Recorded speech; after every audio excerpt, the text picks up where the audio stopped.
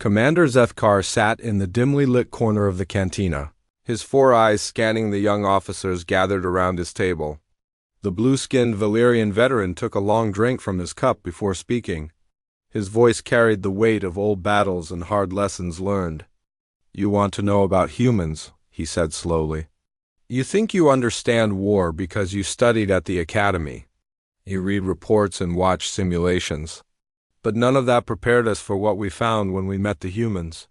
The younger aliens leaned forward. They had heard stories, but Zethkar had been there. He had seen it with his own eyes. It was 23 years ago. Our empire was expanding through the Outer Rim worlds. We had conquered 17 different species. All of them surrendered when they realized they could not win. It was logical. It was civilized. Why die for nothing? Zethkar paused, remembering. Then we found the human colony of New Austin, a small world with maybe 50,000 people. They had 1 cargo ship, some mining equipment, and a handful of security guards. We had a full battle fleet. The outcome was certain. One of the young officers, a green-scaled Reptani, spoke up. "They surrendered quickly, yes?" Zethkar's laugh was bitter. "No, young one, that was our first mistake. We thought like civilized beings. Humans do not think like us." The old commander set down his cup and continued. The battle for New Austin lasted 3 days. Their ship, the Hartford, fought until it was destroyed. Their captain, Jake Morrison, went down with his vessel. We captured the colony without much trouble after that. 50 civilians were taken to our prison complex on the northern continent. "Standard procedure?" another officer noted. "Yes, standard. We treated them well, fed them, gave them medical care. We expected them to accept their fate and wait for processing. Other species always did this. Why would humans be different?" Zethkar's expression grew dark. "Because humans are not like other species. 3 of their soldiers had survived the battle. Sergeant Lisa Parker, Corporal Ben Torres, and Private Danny Wright. 3 soldiers against our entire garrison." The young officers looked confused. 3 soldiers meant nothing against a fortified position. Our prison complex held 200 guards. We had energy barriers, automated defenses, and air support on call. The facility was built into a mountain. There was only one way in and one way out. It was impossible to assault. "So they gave up?" the Reptani asked. "They attacked it?" Silence fell over the table. The young officers stared at their veteran commander. "I was there that night. I commanded the Eastern Guard Tower. It was my job to watch for rescue attempts. But I was watching for ships, for vehicles, for a proper military assault. I was not watching for 3 humans with mining charges and stolen weapons." Zethkar closed his eyes, remembering that terrible night. It started at midnight. Our perimeter sensors detected nothing. Our patrols saw nothing. Then the first explosion came from the generator building. Half our lights went out. Before we could react, the second explosion took out our communications array. "How did they get past your sensors?" a young officer asked. "They crawled through the drainage tunnels. For 6 hours, through mud and wastewater. They moved like animals, staying below our detection grid. When they reached the generator building, they used mining charges to destroy our power systems," the veteran continued. Parker was their demolitions expert. She had worked in the mines before joining their military. She knew exactly where to place the charges for maximum damage. Torres was their scout. He moved through our facility like a ghost. Wright was their heavy weapons specialist. He carried enough stolen ammunition to arm a squad. 3 people cannot defeat 200 soldiers, the Reptani protested. "That is what we thought. That is why we died." Zethkar took another drink before continuing. Once the power was down, they moved fast. Parker had planted charges throughout our ammunition depot. When those exploded, the entire mountain shook. Half our defensive positions were buried in rubble. "But surely your remaining forces were fighting in the dark against enemies who knew the facility better than we did." Torres had been watching us for 3 days. He knew our patrol routes, our shift changes, our weak points. When the attack began, he guided Parker and Wright through the complex like he had built it himself. The old commander's voice grew quieter. Wright took position in the main corridor with a captured plasma cannon. Any guard who tried to reach the prison cells had to go through him. He held that position for 2 hours against waves of our soldiers. And Parker? She went after the prison cells, but first she had to deal with our automated security system. Do you know what she used? The young officers shook their heads. A mining laser. She turned a tool for cutting rocks into a weapon that could slice through our blast doors. While Wright held the corridor and Torres provided overwatch, Parker cut through every barrier between our guards and the prisoners. One of the officers leaned forward. How many guards did they kill? 47 died in the explosions. Another 38 fell to Wright's position. Parker killed 12 more while cutting through our defenses. 3 humans eliminated 97 trained soldiers in less than 4 hours. The young aliens sat in stunned silence. But that was not the worst part, Zethkar continued. The worst part was what happened next. When Parker reached the prisoners, she did not simply free them, she armed them. With what weapon? Anything she could find. Mining tools, kitchen knives, broken pieces of metal. She turned 50 terrified civilians into fighters. Then she led them out through the chaos her team had created. Zethkar paused, his 4 eyes distant with memory. I watched from my tower. As a human accountant named Pete Mitchell fought 3 of our guards with nothing but a metal pipe. I saw a teacher called Mary Santos use a broken chair leg to take down a soldier twice her size. Children who should have been crying were helping. Wounded adults moved through the escape route. How did they coordinate without communications? That was the most terrifying part. They did not need radios or computers. They seemed to understand each other without words. Parker would signal Torres with a hand gesture. Wright would know exactly when to advance without being told. The civilians followed their lead like they had trained together for years. The veteran finished his drink. By dawn, all 50 prisoners were free. Torres had died holding the rear guard. Wright fell, defending the escape route. But Parker had gotten every single civilian to safety. What about Captain Morrison? A young officer asked. I thought you said he died with his ship. Zethkar smiled grimly. That was our final surprise. Morrison had not died. He had ejected from the Hartford before it exploded. For 3 days, he had been hiding in the wilderness around our prison complex. While we thought he was dead, he was studying our defenses, mapping our patrol routes, and planning the rescue. He was coordinating the attack. From the outside, yes. Morrison had spent those 3 days learning everything about how we operated. When his soldiers attacked, he guided them through radio silence using prearranged signals. Every explosion, every movement, every retreat was part of his plan. The old commander stood up slowly. We found Morrison's body the next morning. He had been wounded when his ship was destroyed, but he had fought infection and blood loss for 3 days to save people he barely knew. He died not from his wounds, but from exhaustion after the rescue succeeded. Zethkar looked around the table at the young faces. That was our introduction to human warfare. 3 soldiers and 1 dying captain had defeated our entire garrison. They did not do it with superior technology or numbers. They did it with something we had never encountered. What was that?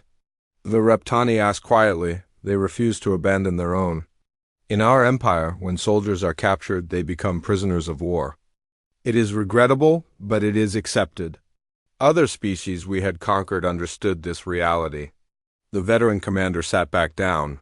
But humans do not accept this reality. They will cross impossible distances, fight impossible odds, and die horrible deaths before they leave their people behind. That is what makes them so dangerous. Did you learn from this experience? Zethkar laughed bitterly. We thought it was an unusual incident. We believed New Austin was special case. We were wrong. Every battle with humans taught us the same lesson. They do not think like civilized beings. They think like something far more dangerous. The cantina grew quiet as the young officers absorbed this information. That is why we made peace, Zethkar concluded. Not because we could not defeat them in battle, but because we realized that even victory against humans comes at a price no sane species would pay. Zethkar ordered another round of drinks for the table. The young officers had grown quiet after hearing about New Austin Colony. He could see the questions in their eyes, the doubt about everything they had been taught about warfare and logic. "You think that was the worst of it," the old commander said, settling back into his chair. "But New Austin was just the beginning. Each battle taught us something new about human nature. Each victory cost us more than the last." A young Valyrian officer with silver markings spoke up. "Surely they could not surprise you again after that." Zethkar's expression darkened. "That is what I thought. That is what we all thought. But humans have a gift for making the impossible seem routine." He took a long drink before continuing. 6 months after New Austin, we encountered a human cargo vessel in the Kepler system. The ship was called the Frontier. It was a mining transport, not a warship. 12 crew members, no weapons, no military escort. "An easy capture," one officer noted, "so we believed."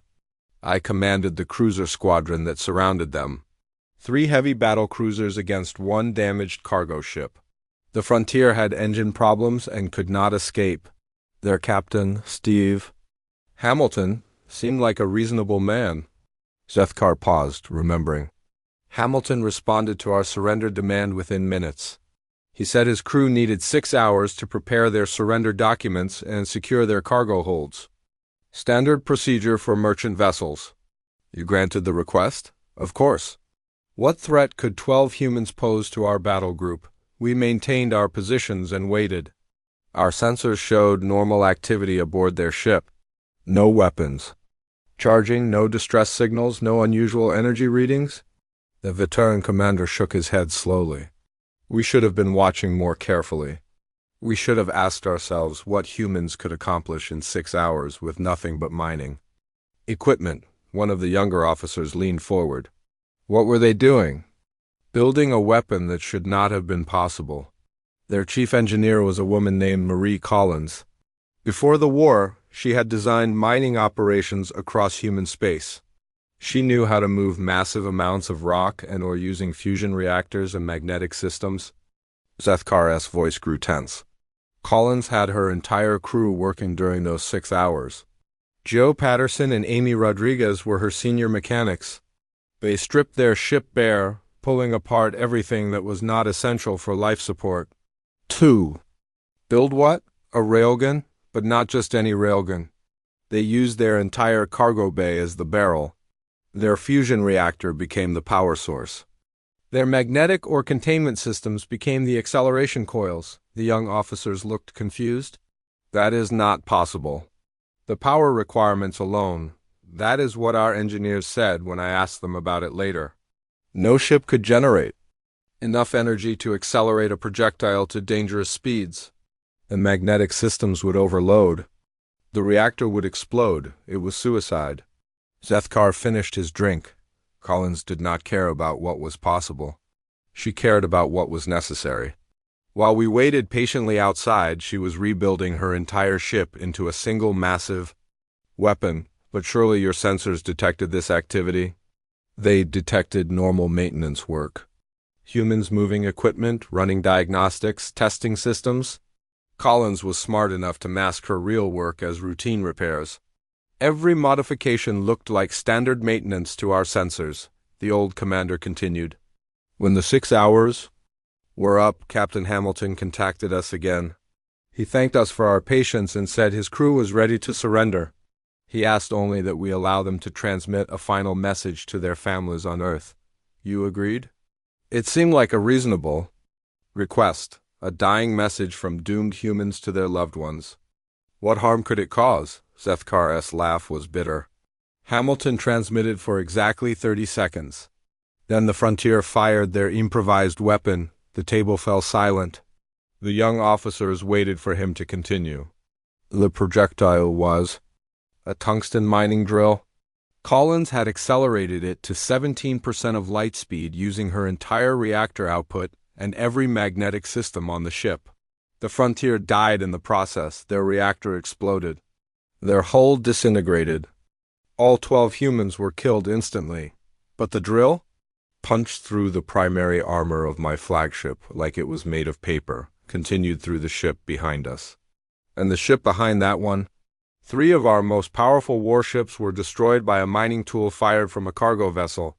One of the officers stammered. How is that possible? Physics, Sethkar replied simply. When you accelerate any object to a significant fraction of light speed, it becomes a devastating weapon. Collins understood this. She also understood that her ship could only fire once before being destroyed. The veteran commander looked around the table. But that was not the most terrifying part. Do you know what Hamilton was really doing during that 30-second transmission? The young aliens shook their heads. He was not sending a message to families on Earth. He was transmitting the complete technical specifications for building the weapon Collins had designed. Every human ship in the sector received detailed instructions for converting their vessels into kinetic bombardment platforms. The implications hit the young officers like a physical blow. Within days, every human cargo ship, transport vessel, and civilian craft had become a potential weapon of mass destruction. Our intelligence reports showed humans throughout the sector modifying their ships using Collins' design. Sethkar signaled for another drink. We faced a terrible choice. Every human vessel we encountered could destroy our largest warships with a single shot. But to do so, they had to sacrifice themselves. It was a weapon that guaranteed mutual destruction. Surely they would not use such weapons. You still do. Not understand humans, the old commander said sadly. 3 weeks after the Frontier incident, we encountered a human passenger liner trying to escape through Valerian space. The ship was called the New Hope, 800 civilians aboard. He paused, letting the number sink in. We demanded their surrender. The captain, an old man named Frank Morris, agreed to our terms. He asked for 12 hours to organize the passenger evacuation and prepare surrender documents. You had learned. From the Frontier, we thought we had. This time, we maintained active sensor sweeps. We monitored every energy signature from their ship. We were ready for any trick. Sethkar's voice grew quiet. Captain Morris spent those 12 hours getting every civilian into the escape pods. 800 people launched toward the nearest human colony in small survival craft. And then, Morris and his crew converted the New Hope into a kinetic weapon, just like Collins had done. But this time, they targeted our fuel depot in the system. When they fired their improvised railgun, they destroyed our ability to refuel our battle group. The young officers sat in stunned silence. 800 civilians escaped because 12 crew members chose to die rather than surrender. Morris could have saved himself and his crew by cooperating with us. Instead, he chose to ensure that every passenger reached safety. Sethkar looked at each young face around the table. Do you understand what this meant for our military strategy? Every human ship was a potential weapon. Every encounter risked the loss of our most valuable vessels. Even winning battles cost us more than we could afford. But surely humans could. Not maintain such tactics indefinitely? That is what our command believed. Human ships were being destroyed in these attacks. Their population was declining. Eventually, they would run out of vessels and crews willing to sacrifice themselves. The old commander shook his head. We were wrong again. Humans began building ships specifically designed for single-use kinetic attacks. Fast, cheap vessels with minimal crew and maximum destructive potential. They called them kinetic interceptors, suicide. Ships? Yes, but crewed by volunteers. Humans who chose to die taking out our largest vessels. Within months, no Valerian ship could operate safely in human space. The cost of each victory became impossible to sustain. Sethkar finished his drink and looked around the table. Collins and Hamilton changed the entire war with one desperate gamble. They showed other humans that any ship could become a weapon, that any crew could choose to die rather than surrender. How did you adapt? We could not. How do you fight an enemy who treats every defeat as an opportunity for a suicidal counterattack? How do you win when victory costs more than defeat? The veteran commander stood up slowly. That is when our leaders began to understand the truth about humans. They were not fighting to win. They were fighting to make conquest too expensive to continue. And it worked? Eventually, the lesson of the frontier was simple.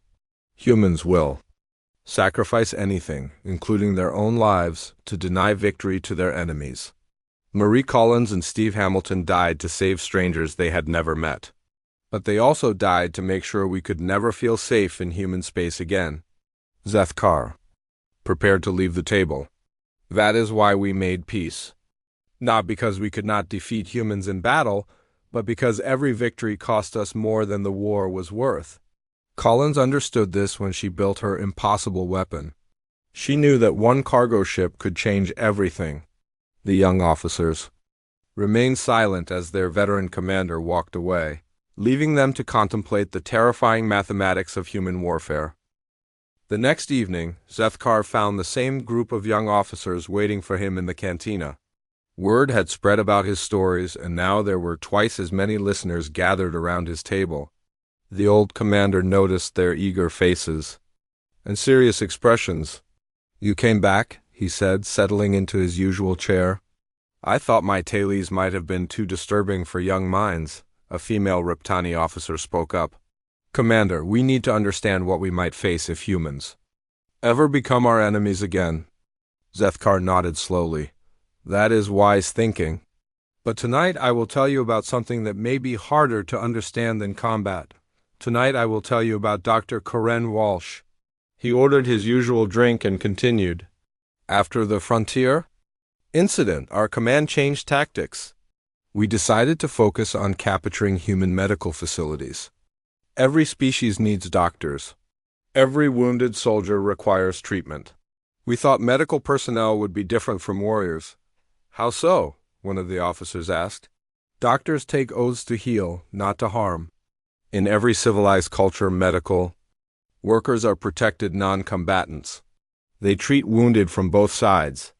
They do not participate in warfare. This is the law of war that all species follow." Zethkar paused to take a drink. "We attacked Terra Nova, a human agricultural world. The planet had 3 major hospitals and several medical schools. Our plan was simple: capture the medical facilities, use human doctors to treat our wounded, and demonstrate that we were civilized conquerors who respected medical neutrality." "It sounds reasonable," a young Valerian noted. "It was reasonable. It followed every rule of warfare that civilized species observe. That is why it failed completely." The old commander's expression grew thoughtful. Terra Nova's main hospital was a massive complex serving half the planet. Dr. Karen Walsh was the chief of trauma surgery. She had trained for 15 years, saved thousands of lives, and never held a weapon in her hands. "She cooperated with your forces?" "At first, yes. When our troops occupied the hospital, Dr. Walsh met with my medical officer. She agreed to treat wounded from both sides according to standard medical ethics. She requested only that her staff be allowed to continue their work without interference." Zethkar set down his cup. Dr. Walsh seemed like the perfect example of human reasonableness. She was calm, professional, and clearly committed to healing rather than fighting. Our medical officer was impressed by her facilities and her staff's competence. What went wrong? Nothing went wrong immediately. For the first week, everything proceeded normally. Human doctors treated Valerian wounded alongside their own people. Nurses like Peter Grant and Linda Shaw worked efficiently with our medical personnel. The hospital functioned better than many military facilities. The veteran commander's voice grew quiet. "But then our soldiers began dying." The young officers leaned forward. "Not from their original wounds, those were treated perfectly. Our soldiers recovered from battlefield injuries faster than they would have in our own medical facilities. Dr. Walsh and her team were genuinely skilled healers." "Then how were they dying?" "Secondary infections, equipment failures, allergic reactions to medications, medical accidents that should not have happened to healthy, recovering patients." Zethkar paused, remembering. "At first we blamed bad luck. War creates stress, and stress can complicate medical treatment. Our medical officer investigated each death but found no evidence of deliberate harm. But you suspected something? I began to suspect when I noticed the pattern. Human patients recovered completely and returned to civilian life. Valyrian patients recovered from their wounds but developed complications that made them unfit for military service. The old commander looked around the table. A soldier with a broken leg would heal perfectly, then develop a chronic joint condition that prevented him from marching.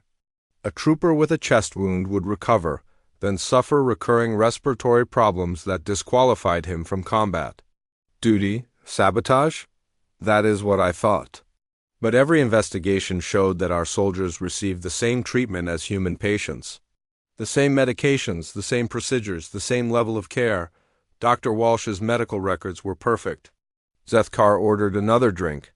It took me 3 weeks to understand what was happening. Dr. Walsh was not harming our soldiers.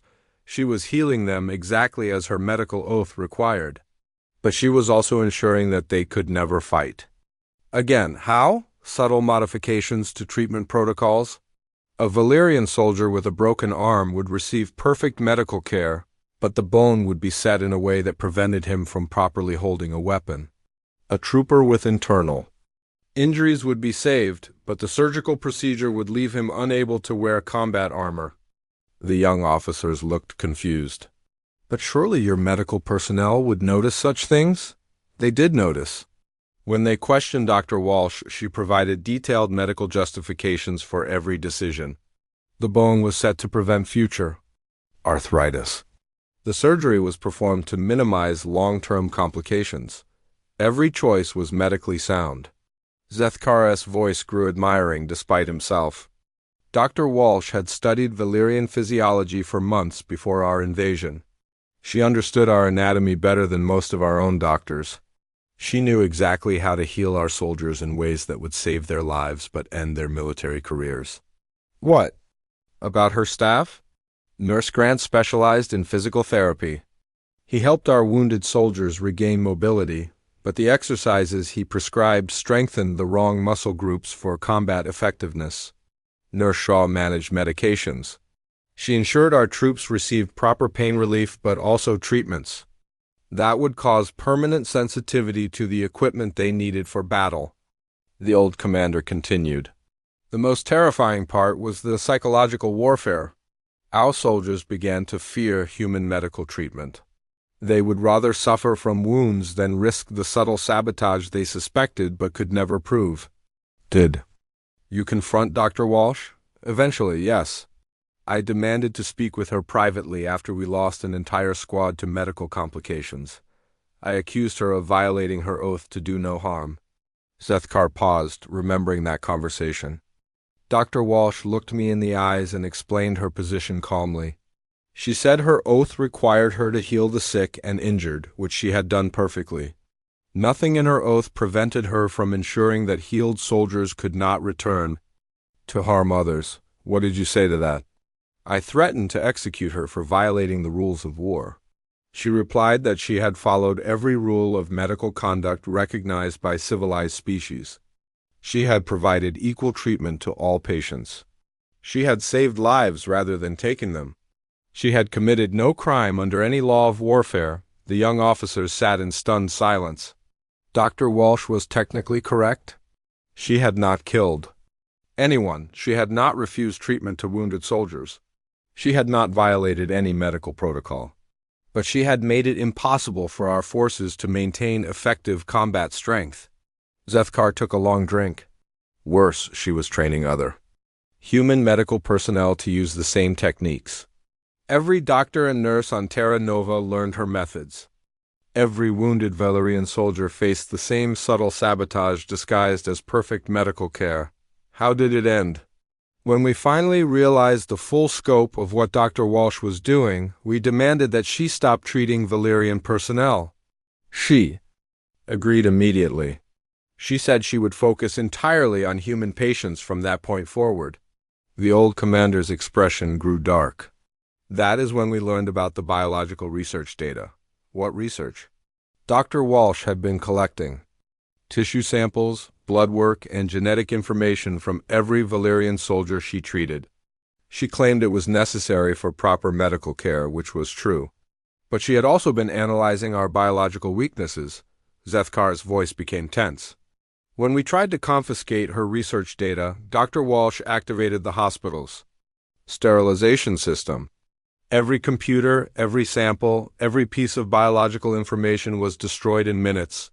She destroyed her own research? Rather than let us access information that could be used to develop biological weapons against humans, Dr. Walsh died in the sterilization process, along with most of her senior staff. They chose death rather than risk giving us any advantage. The young officers absorbed this information in silence. That is when I understood the true nature of human warfare, Zethkar continued. Dr. Walsh never fired a weapon. She never violated the rules of war. She never abandoned her medical ethics. But she fought us more effectively than any soldier. How so? She turned our own need for medical care into a weakness. Every wounded soldier became a burden rather than a recovered asset. Every medical facility became a source of fear rather than healing. She made us afraid of the very help we needed. Zethkar finished his drink and looked around the table. Dr. Walsh taught us that humans do not separate warfare from daily life. Their doctors fight, their engineers fight, their teachers fight. Every human is a potential warrior, even though sworn to heal. What lesson did this teacher command?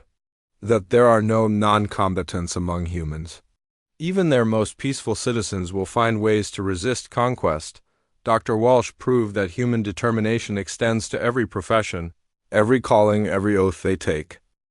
By the third night, Zethkar's audience had grown even larger. Officers from different species filled the cantina, all wanting to hear about the humans who had changed the course of galactic warfare. The old commander took his usual seat and surveyed the crowded room. "Tonight I will tell you about Ambassador Helen Martinez," he began.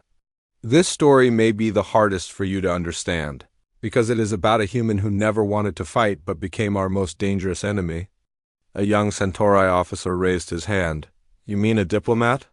"Yes, but calling her just a diplomat would be like calling a plasma cannon just a tool." Martinez was humanity's chief negotiator for first contact with alien species. She had spent her entire career talking instead of fighting. Zethkar ordered his drink and continued. "When we decided to capture the human capital of New Washington, our strategy was simple. Take their government buildings, capture their leaders, and force a quick surrender. Every other species had surrendered when their leadership was threatened." "Logical approach," someone noted. "We thought so." New Washington was a political center, not a military base. The planet's defenses were minimal. Most of the population were government workers, diplomats, and support staff. They had no experience with warfare. The old commander paused. "Ambassador Martinez was our primary target. Intelligence reports showed she was the most influential human in their government. Capture her, and the rest of their leadership would follow our demands." "She was important?" "Martinez had negotiated humanity's first trade agreements with the Centauri Republic. She had established diplomatic relations with 17 different species.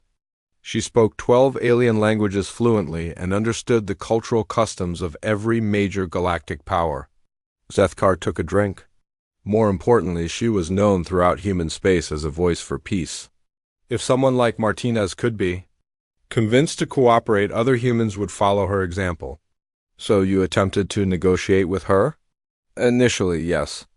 When our forces surrounded the government district, I personally contacted Ambassador Martinez. I offered generous terms.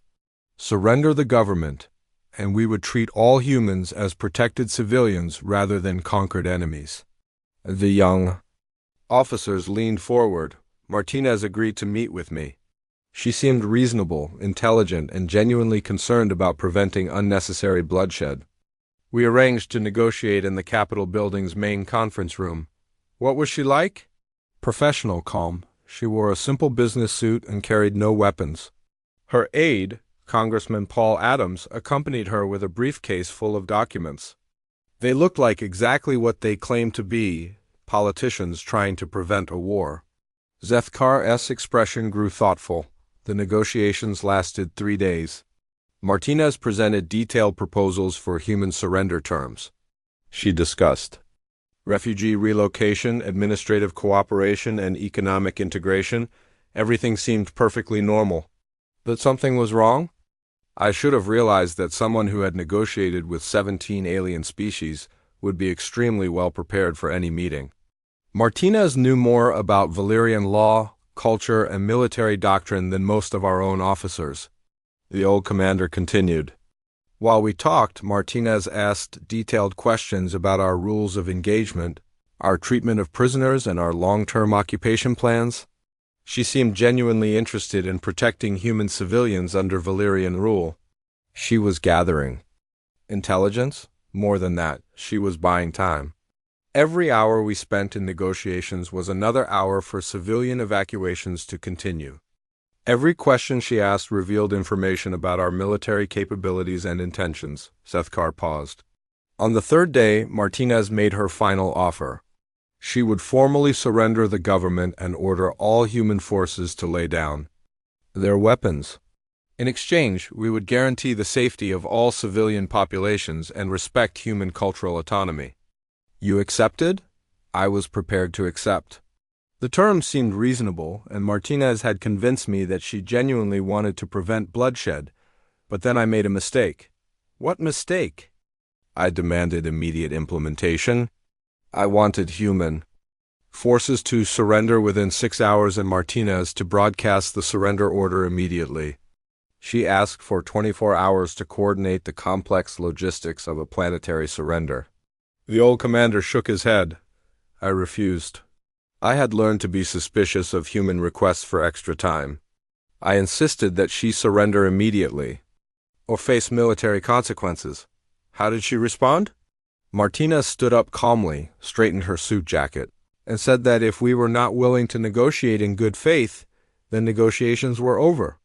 She walked out of the room with Congressman Adams, leaving behind her briefcase and all her surrender documents. Zethkar's voice grew tense. That is when the real war began.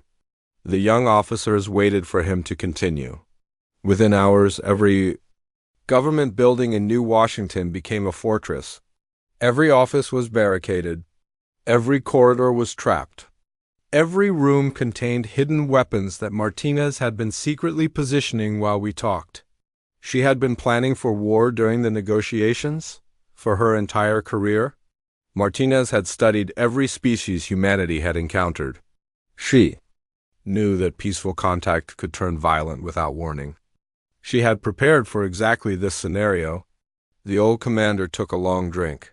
The Capitol building became a maze of death. Martinez had spent 3 days mapping our patrol routes and learning our tactical preferences. When fighting began, she knew exactly how we would attack. But she was a diplomat, not a soldier. That made her more dangerous, not less. Martinez understood psychology in ways that professional soldiers do not. She knew how to manipulate our cultural expectations and exploit our behavioral patterns. Zethkar continued. She broadcast constantly during the siege, not to her own people but to ours. She spoke to Valyrian forces in perfect Valyrian, citing our own military codes and cultural traditions. What did she say?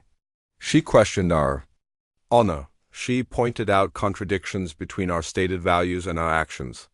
She made our soldiers doubt the righteousness of their mission by using our own ethical teachings against us. The old commander's voice grew quiet. Martinez knew that Valyrian culture values honorable combat between equals. She consistently referred to our attack as cowardly aggression against unarmed civilians. She quoted our own philosophers and religious texts to condemn our behavior. Did this affect your troops? More than any weapon could have. Our soldiers began to question orders. Some refused to fire on what they saw as a helpless opponent. Others demanded to know why we were attacking someone who had tried to negotiate peacefully. Zethkar paused. But Martinez was not helpless. While she spoke to our forces, her aide Adams was coordinating the building's defenses. Every office worker had become a fighter. Every secretary knew how to use the weapons Martinez had hidden throughout the complex. She had trained civilians for combat. She had prepared them for survival. Martinez understood that politicians and office workers were not soldiers, but they could learn to defend themselves if given proper guidance and equipment, the veteran commander continued. Secretary Nancy Cole had been Martinez's assistant for 8 years. During the siege, Cole single-handedly held the eastern stairwell for 6 hours using nothing but improvised explosive devices and a security guard's stunner. How long did the siege last? 18 days. 18 days of urban warfare against an enemy who knew every inch of the battlefield and could predict our every move. Martinez had turned a government building into a military academy, teaching clerks and administrators to fight like veterans. Zethkar's expression grew dark. The worst part was watching Martinez herself. This woman who had dedicated her life to peaceful solutions was methodically destroying my best troops with tactics I had never seen before. What kind of tactics? Psychological warfare on a level that professional military units could not match. Martinez would surrender a floor of the building, then retake it when our guards relaxed. She would offer to negotiate, then use the meeting to gather intelligence about our next assault. The old commander shook his head. She made us afraid of our own success. Every victory felt like a trap. Every room we captured might be mined. Every corridor might be an ambush. Every offer of surrender might be deception. How did it end? When we finally breached the central government chambers, we found Martinez and her staff had barricaded themselves in the main conference room where our negotiations had begun. They had enough supplies for weeks and enough weapons to hold the room indefinitely. Zethkar paused. I contacted Martinez one final time.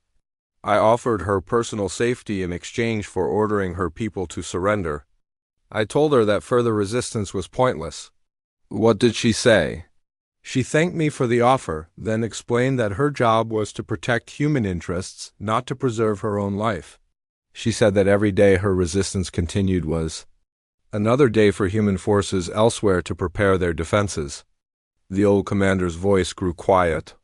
Martinez died in the final assault, along with Adams, Cole, and the rest of her staff. But they had accomplished their mission, which was complete civilian evacuation. During the 18-day siege, every non-combatant had escaped New Washington. The human government had relocated to hidden bases throughout the sector. On the 4th night, the cantina was packed beyond capacity. Word of Zethkar's stories had spread throughout the space station. Officers from dozens of species crowded into every available space, some standing against walls, others sitting on the floor. The old Valyrian commander looked around the room with tired eyes. This is my final story, he announced. After tonight, I will speak no more about the war. What I tell you now happened at Earth's moon, where we learned the ultimate truth about human nature. The room fell completely silent. By this point in the war, we had lost hundreds of ships to human tactics. Every battle taught us new ways to fear them, but our command believed we could still achieve victory through overwhelming force. We assembled the largest battle fleet in Valyrian history for the final assault on Earth. Zethkar paused to order his drink. The bartender, who had been listening to every story, brought it without being asked. Admiral Chris Johnson commanded humanity's last defense fleet. 57 ships against our armada of 3,000 vessels. The humans were outnumbered 50-1. Their ships were damaged.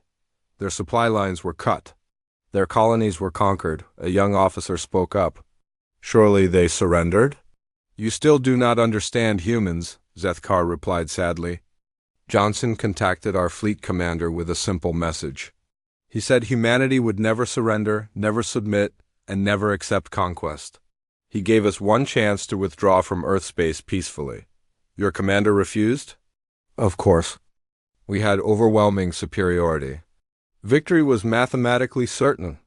Our fleet commander demanded Johnson's immediate surrender and threatened to destroy Earth if he refused. The old commander took a long drink.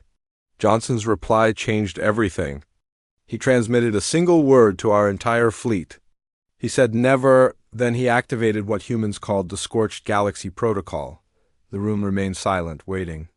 Every human ship became a kinetic weapon, just like the Frontier had done months earlier.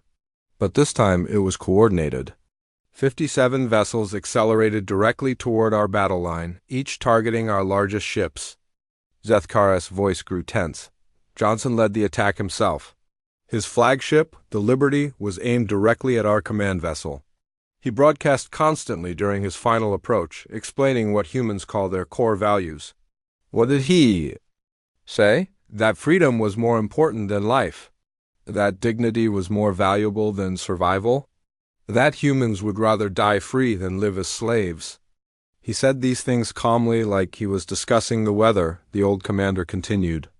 Johnson's ships destroyed 37 of our capital vessels in that attack. Every human died, but they took our most powerful units with them. In minutes, our overwhelming advantage became a costly victory. But you still won the battle? We won nothing.